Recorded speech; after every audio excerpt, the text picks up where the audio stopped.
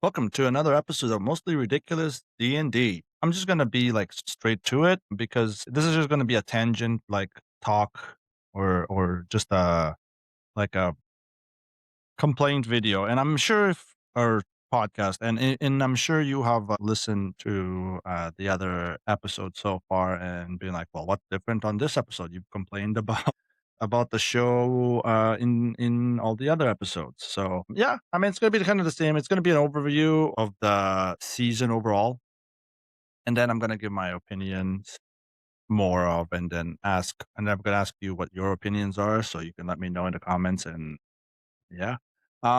Overall, I think the season was short a little bit because it feels like it ended on a cliffhanger.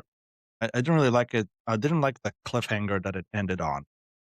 So I think maybe they should have had one more episode for a couple of reasons. One, to kind of tie in loose ends, kind of with some things that they just left open. And then the other one is also it's called The Mighty Nine. Why not have 9 episodes to kind of go along with that kind of joke? Have 9 episodes instead of 8. I feel like that was a missed opportunity on their part. So yeah, that was kind of like what they had initially thought at the end that I didn't mention before when it ended is like, why not just do 9 episodes instead? Just for the fun. Plus also, yeah, it gets a little more information out there. But yeah, overall, it was a fine, good season. It was fine. It was nice. I liked watching the group do their thing. I think because I'm I'm a little biased because I like the Mighty Nine a lot, and I would like to see Mighty Nine in general of like things they do. But a small issue I have is like not it's not with, like, what they do. It's kind because season 2 or season 1 of it is basically, is supposed to go with the campaign, right? But if they had a separate thing where, "Hey, the campaign's over, let's see what the Mighty Nine is doing," but without like, out of campaign as an animated series, then I think it'd be better. I don't care what kind of story you do with that. You can do whatever you want. People can't complain as much because I do have complaints about them not following the campaign as close to the campaign as possible. They it was pretty much not following the campaign. The campaign was just sprinkled in here and there. For those who have watched the campaign gameplay, you can see that it was mostly all new, se- but using the same characters with campaign elements added into it here and there. Because um the backstories of some of them just is not some of them have the right backstories. Jester and her backstory is right, but she meets Ford during that time instead of after, because like in the campaign she met him after she had left the city after she did what she did. And then Caleb and not meeting in a prison cell, that didn't happen. That was different. Bose, we're not sure both. So that one's a toss up. You can leave it as it is. But she was supposed to meet up with Ford and Jester and then meet the rest of the group at the tavern. And then Molly and what's her name? Oh no, I forgot her name.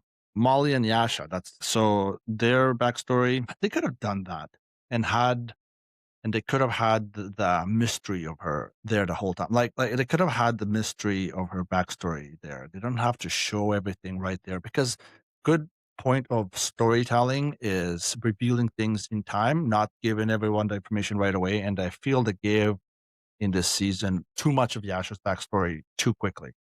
And now we just know we pretty much know everything about Yasha. So I feel like that was a bummer. It was kind of weird to have Yasha's backstory. Pretty much everything we know of Yasha in the campaign pretty much happened here right away in season 1. Nothing else gonna be special for Yasha later, actually. And I'll get to that. The only thing that they might that they're gonna have to actually do with Yasha's story later is gonna be about the guy who was controlling her, the mind control stuff, Oban and the laughing hand and that stuff.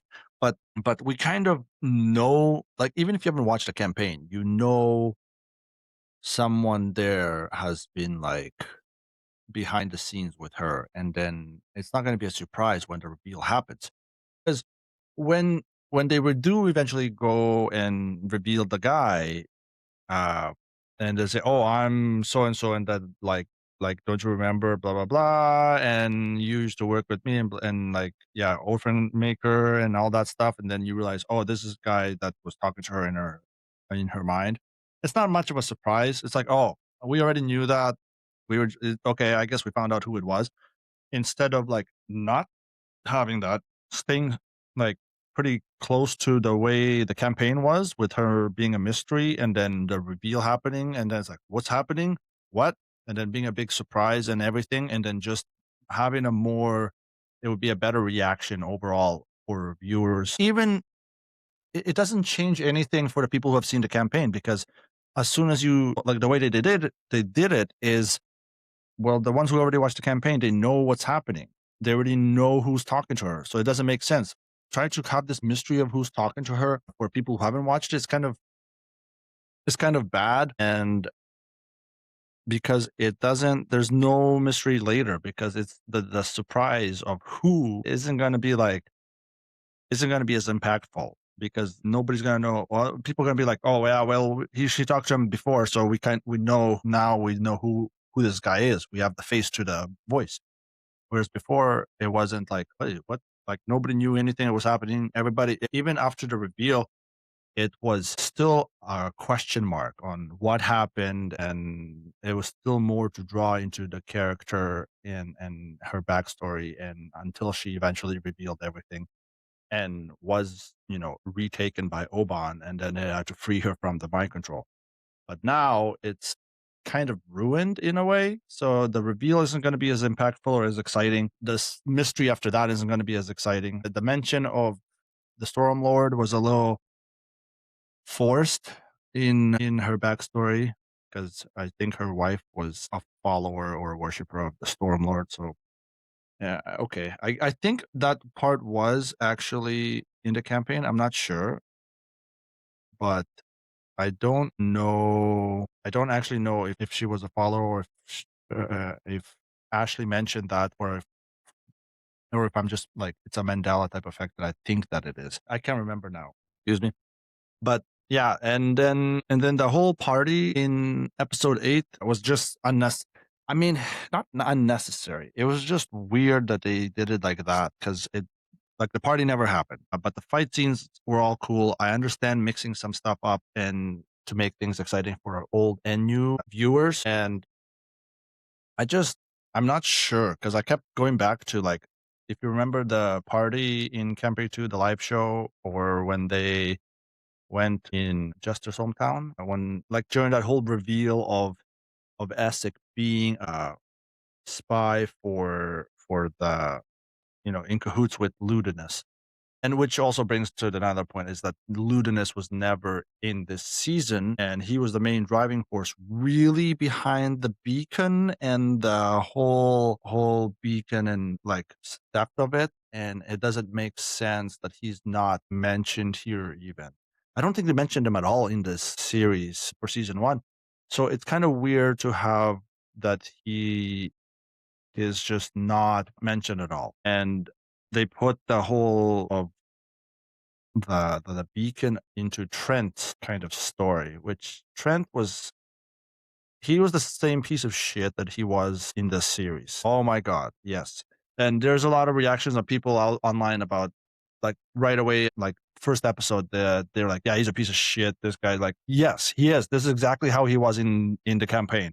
That's what they did pretty good. The capture and essence of this piece of garbage character was done very well. But to give him another storyline because it's supposed to tie in with Ludinus with the beacon, because Ludinus in campaign 3, the whole point of what happened in campaign 3 was led up from campaign 2 with the beacon, because that's why he had two beacons, and that's why they let the one be returned to avoid a war. So they didn't have a war. They had like skirmishes at the borders, I guess, to the like front lines. But I don't know how the extent of it because we never got to go there and see it, right? But it definitely wasn't like in the series that we've seen this season. And some of the characters, one in particular, like well, the King Dwindle. It sounds like Queen. Honestly, also became a piece of shit character because he was just a general like not an asshole. He was like a authoritarian type of, yeah, because he's the king, and he was very like not one time. We've seen a few interactions with him, but not one time has it been like, oh well, this guy's bad or I don't like it. It was like more about, yeah, he's a king. Like his character makes sense the way he is, but he was neither bad nor good. It was just kind of like a ambiguous, open ended, like what you want to think about it is your business. But it wasn't anything bad. There was like nothing bad that he did. And then series here, they do a 180, make him a back like he does a 180 flip right away. I'm like, oh yeah, I like that he smacked Trent in the face because of, he seems like a good king with a good head on his shoulder. And then he does a 180 because Trent says, "Oh, we can win the war." Well, how about you return the fucking beacon? Then the war is ending. Why do you have to kill people to win the war? It does not make any sense. It was so stupid. Instead of taking the beacon and going along with the original storyline of being, oh, hey, yeah, let's kill Trent, execute him for treason, and then let's return this beacon and have a group of people deliver it being our group or whatever, because that's what they did in the campaign. And then during this time execution, maybe they can have Trent like escape somehow, and then the Mighty Nine finds like has to find him and stop him, and comes to the similar type of battle that they had before. Although in the campaign, the battle with him was kind of thrown in like last second of the end of the campaign, and it was just kind of they could have improved that in the animated series later after he escapes like execution or something, but they didn't do that. It was just overall like it felt lackluster overall. The animation was good. The fight sequence of Trent fighting with the Kryn on the theft of the beacon was really good. I'll give him that. It was great. Animation's great. His abilities displayed in that fight, great. Same thing with the Essex battle abilities, like the anti gravity stuff, whatever. It feels like Essex is on par with Trent. They're about equal in power level, I guess, or magic level. And I like to think of it as that because in the campaign, when the group stole the thing from the guy in that tower or the guy's house that they were in, and Caleb, Ford, and Not were getting the invitation to steal that. That was when the full party in the campaign went to and then did that. And I believe they succeeded getting out of there after a brief encounter. Nobody was home at that time, actually. So the old guy was being in the house was weird to add that. And then when they escaped there or got out of there, then they saw the skirmish with people flying in the sky, mage attacking. They didn't know what mage it was. In my head, based seeing on the animated series, I would like to put that like, yeah, so we got to see from that point of view, that aspect of that, but we didn't need the party. We shouldn't have had the party. We shouldn't have had that thing. It just felt because later, like that live show with Essex reveal, that's the same episode of the party that they went to where Caduceus pretty much got Bo high as a kite, and she was just seeing it. It was that party. I feel like it was put into this one, mixed with this attack, and then added. And I don't really like that because then now it doesn't. I don't think they're gonna do that later. And the reveal of Essex betrayal, I'm wondering how they're gonna do that now too. It's kind of weird because yeah, they've kind of messed things up in a way for the future seasons for the storyline going forward. And I don't know how they're going to not fix this, but like go from here with it. Overall, I still like this series. It was just some minor issues, right?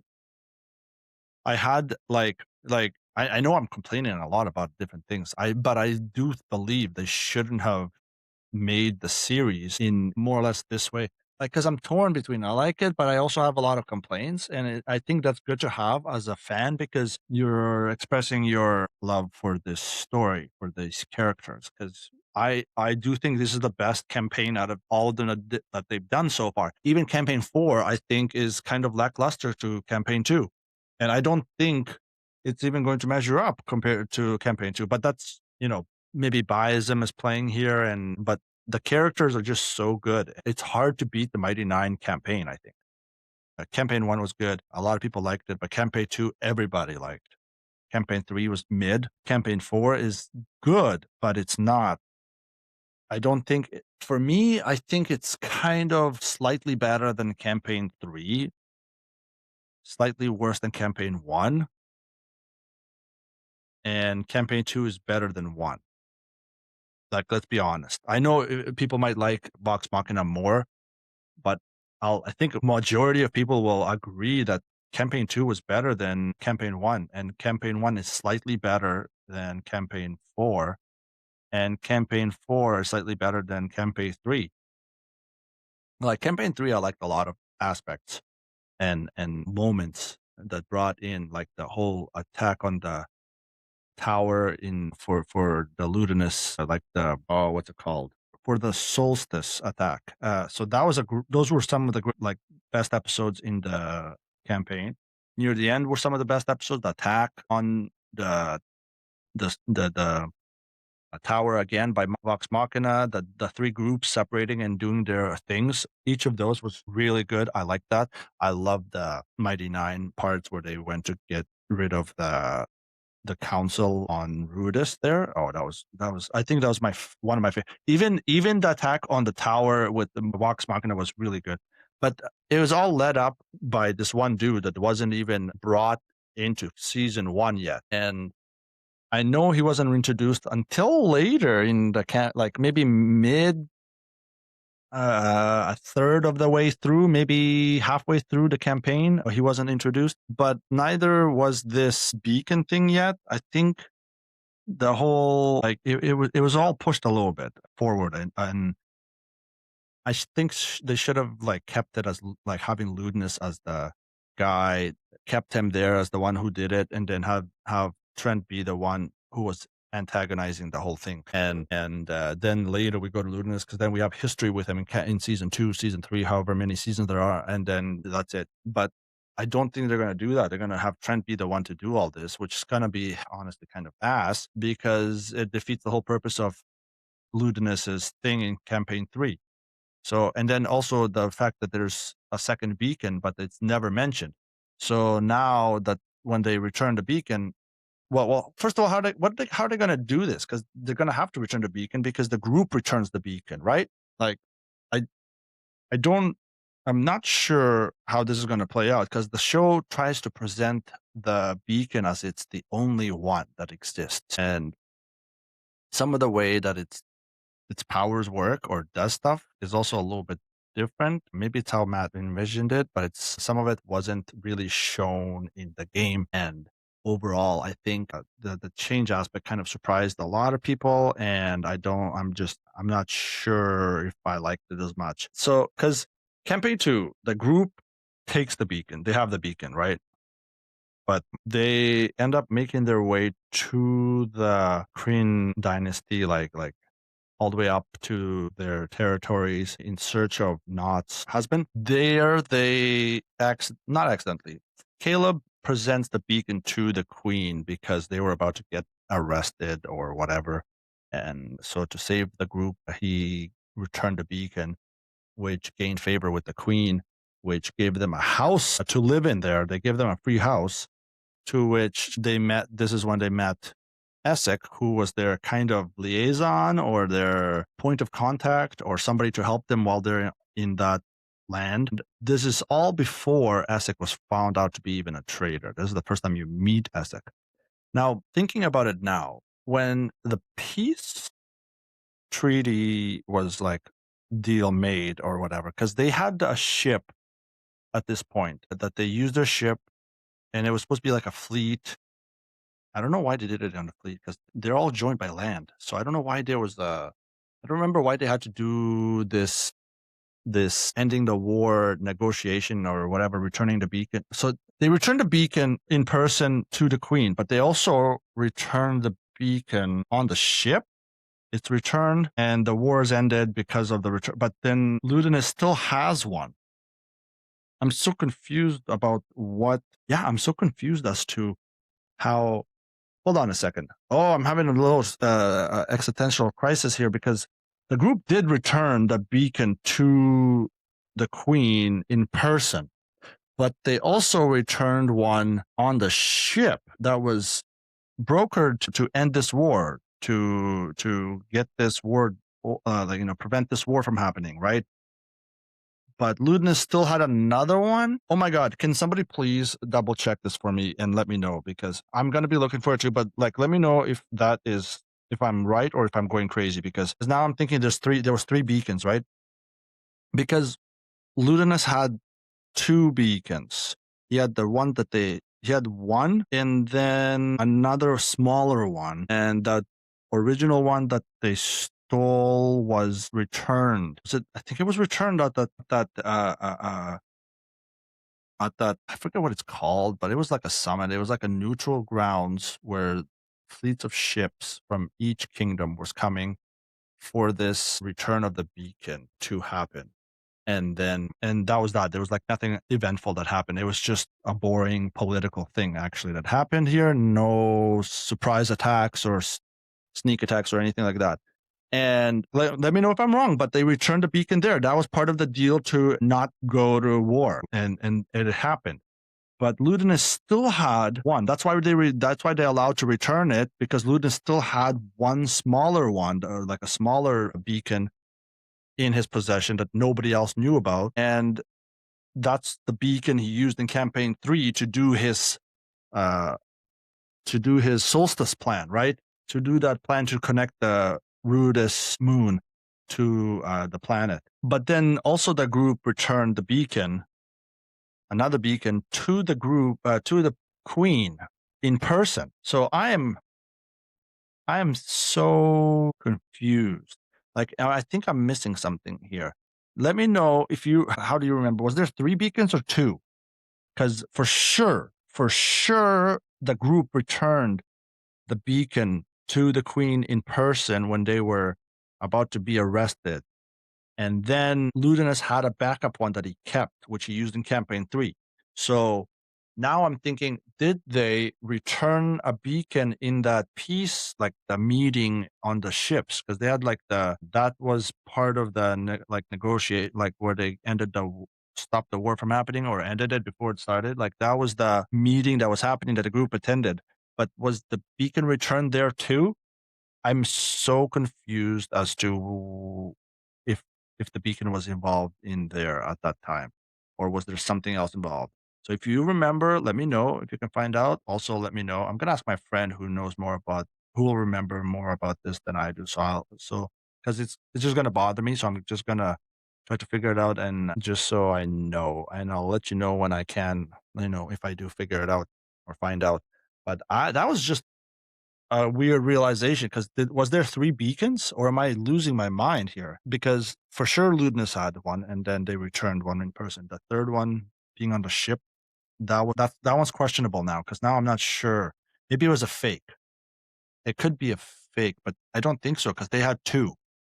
And then where'd the group get the other one? I think the group got the other one from the Kreen soldiers in the sewer fight. Yeah, I believe they did have the he what's it called, the thing, the hedron, in, I think that's where they acquired it and didn't know what it was, and then they kept it in the bag of holding until they returned it to the queen.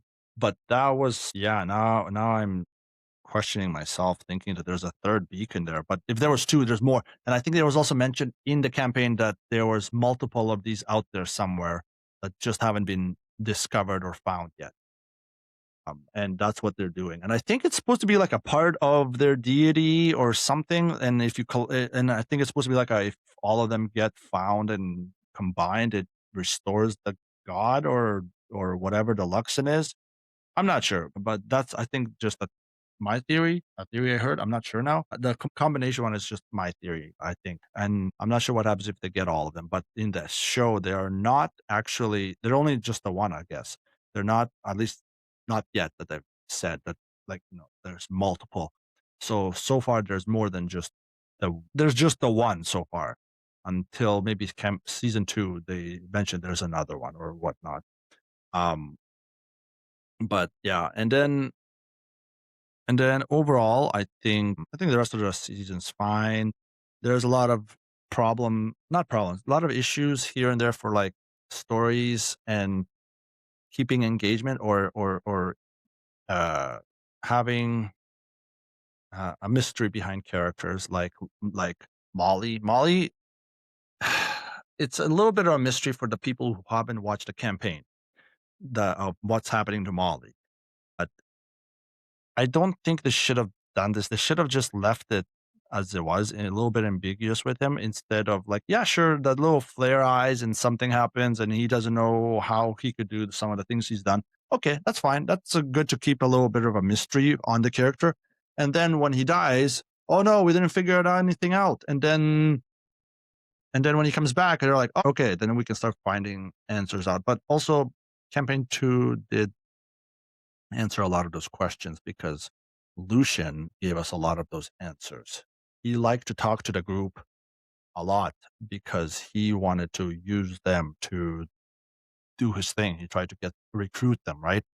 So I just think they should have kept it that way, kept Lucian a little bit of a mystery, but having and also not revealing Vex. No, I forget what his name is. That other politician lady, the one that did the ritual. That was surprise for me. I'm not sure how I feel if it's a good way or bad way, like the whole, but he killed her there. So the interaction, he killed her there after his eyes activated, overpowering hers, which, okay, now how is the group supposed to go to oh, fudge. I forget what the north place called. I'm gonna call it Northrend. So when they do decide to go to Northrend eventually, they need someone to chart them there, to take them there, to go to the place that they're supposed to go to, and who are they gonna find there? I think she was the only one that was really that was dealing with going there or wanting to go there in the first place. So it doesn't make sense to kill her here, but I don't understand why do that in the first place. It feels a little messy to me. Like I don't think this interaction with Molly and Vesterogna, that's it, should have happened in the first place. I think she should have left that. And but but they pushed it for some reason. Now she had the book too with him, but not with her. But now she died. Where's the book? Did Molly take it without us seeing it yet? And if so, I'm not sure what. Because when Molly activated the eyes, he was Lucian again, and then he took the book, and then now Molly's back, and then he doesn't remember anything. I'm not sure. It's so weird. And then whole thing with the tomb takers and their little ritual with the door and stuff. That doesn't make any sense because they're not supposed to do that there. Like that doesn't happen there. Why is this door here? Because they're supposed to go up to like the North Rand and do their thing and open the door there and then go to the outer space where the Nomicon are and then go take over and then do that stuff. And if you didn't know any of this, I spoiled it. Yeah, I mean, again, it's going to be changed. Whatever I said is going to be different in the series. So it's not like it's going to be too much of a spoiler.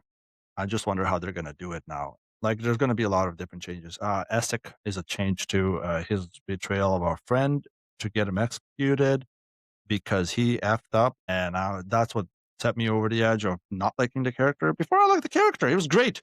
It's great. I didn't care about what's it called, about him being a traitor to the Kryn dynasty or whatever. I mean, it sucked, but I was a fan. So all in all, this whole series the way I see it is the animated series is a completely different timeline or alternate universe of campaign 2, and that's the way I look at it. Campaign 2 is different. That's that campaign 2 is almost perfect, and that Essek I like. The animated series I hate. I kind of hope he dies, but again, he's not going to. He's unfortunately going to be around forever, I guess. which is kind of weird because in the animated series, it's stated that it's his first time dealing with the reincarnation stuff. I think he's been reincarnated once or hasn't been reincarnated yet. I'm not sure. But in the campaign, he's been reincarnated a few times. So he's had that ritual reincarnating a few times already. So it doesn't, I don't know why have that in like change, but yeah. And then the whole sickness of being reincarnated a bunch of times doesn't make sense too. And then having the queen also give a hint to the viewer that she might be getting sick too. That doesn't make any sense because in campaign 3, she's still representing them, which is like decades, like a decade later or longer. Um, and it doesn't, I'm just confused. Like, why add that to it? It's just, it's weird. I'm not sure if I'm missing anything else of complaints or characters. I think Jester was a little bit weird that the traveler didn't respond, but they normally don't. But it was her like, oh, kind of losing her mind about not having getting word back from him until the last episode, which solidified her belief. But I'm like, yeah, but you already met him when you were younger. You were friends since you were a child. A little weird, but you were still friends with him since a child. And you still kind of um did like a 180 flip of like, well, what if he's not real? Well, what do you mean? You've known him for how long? And then all of a sudden, in the last week or so, you're like, oh, maybe he's not real. Like it doesn't make sense. Uh, I don't see why they needed to do that with her. Um, because she was always believed him. It doesn't matter if people said, "Oh, he's not real," or they didn't believe her or whatever. She knew like what was real, and so it was kind of out of character. Like it was kind of out of character to do this. And then what else? It was the whole vandalizing the cathedral or church or yeah church temple. It was nice to see a cameo by Breas. That was nice. I like that. That was a nice nod to Sam's campaign 3 character. Very nice. And yeah, very uneventful overall for Jester.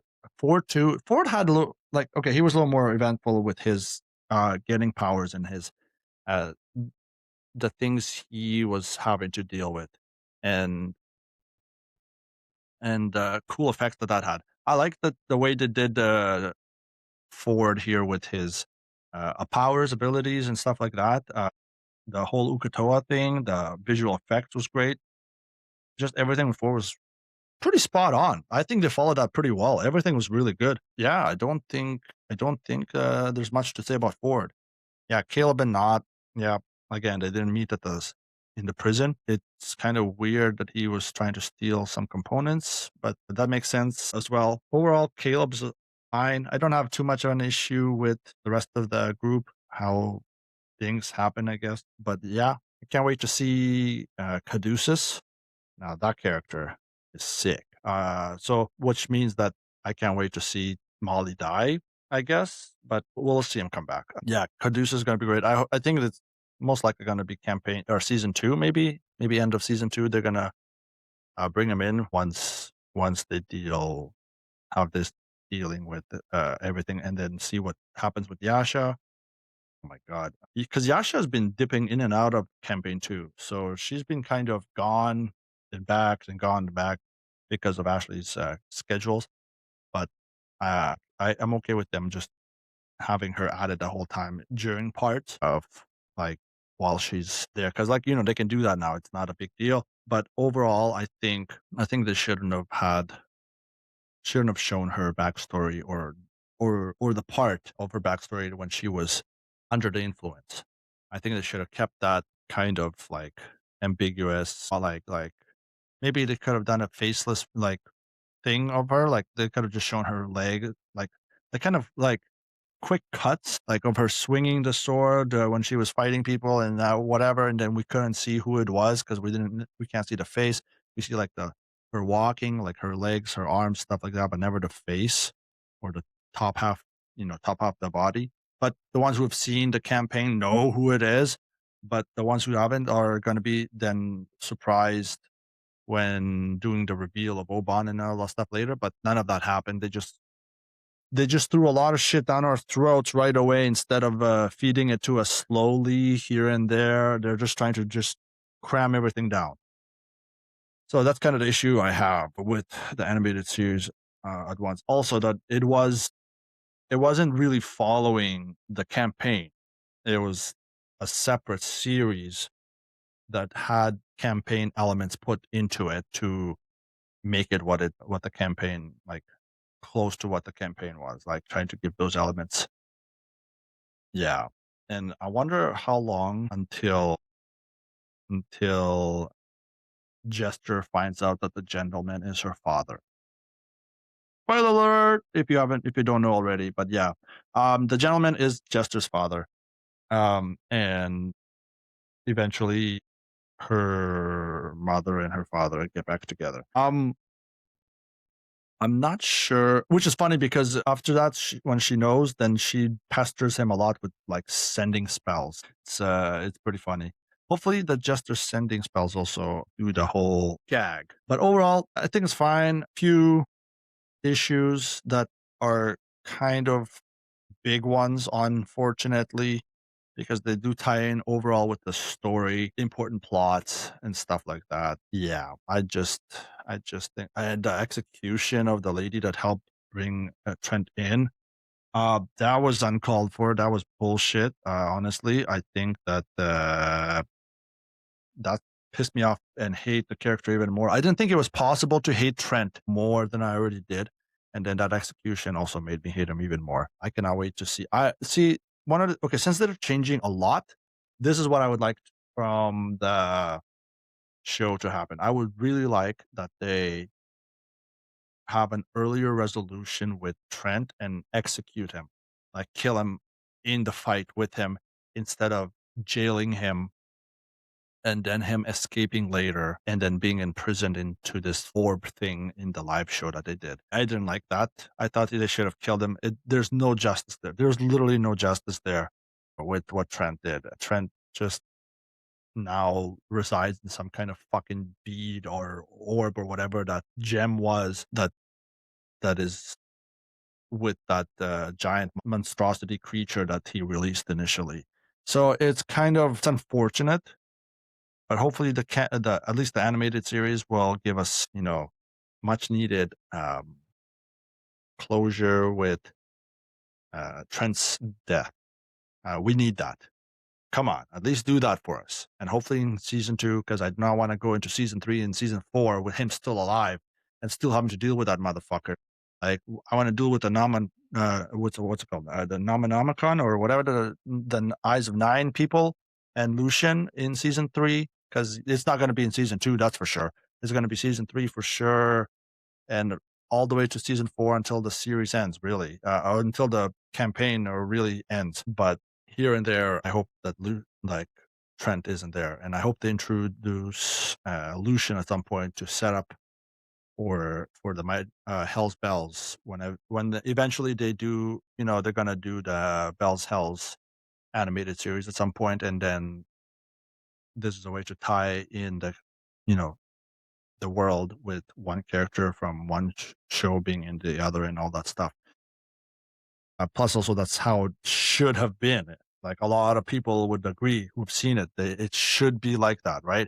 But let me know if you disagree with that, because I just think that's probably the right way to do it, though. Like they should have kept him. It is what it is. Now, I've rambled on for so long already. I apologize if I've just gone off the rails a little bit. But let me know, was there 3 beacons total, or was there just the 2?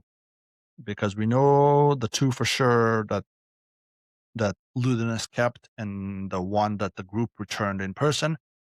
But now I'm thinking, was there a third one that they returned on that ship of that, what's it called? Ending, like the war end or whatever the freaking thing it was called. I forget now, but it was because it's been so long. It's been 5 years, 6 years, something like that since I've watched it. So it's now hard to tell if they returned a beacon on those ships or not. But I believe they did. So it begs to it implies that like there was 3 beacons that whole time, right?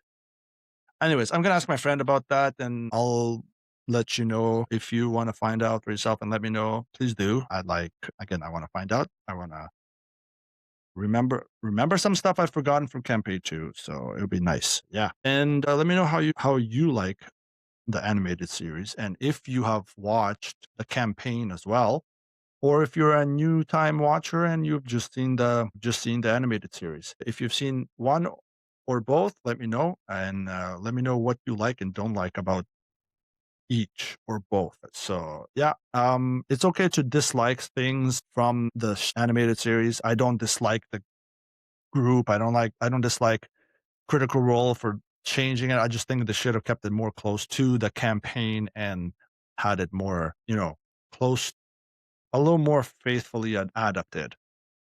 But yeah, I think that's it. Don't forget to subscribe on YouTube if you're watching this on YouTube, or follow on any of the platforms that you're listening to. Maybe comment and give a review if you don't mind. It helps a lot.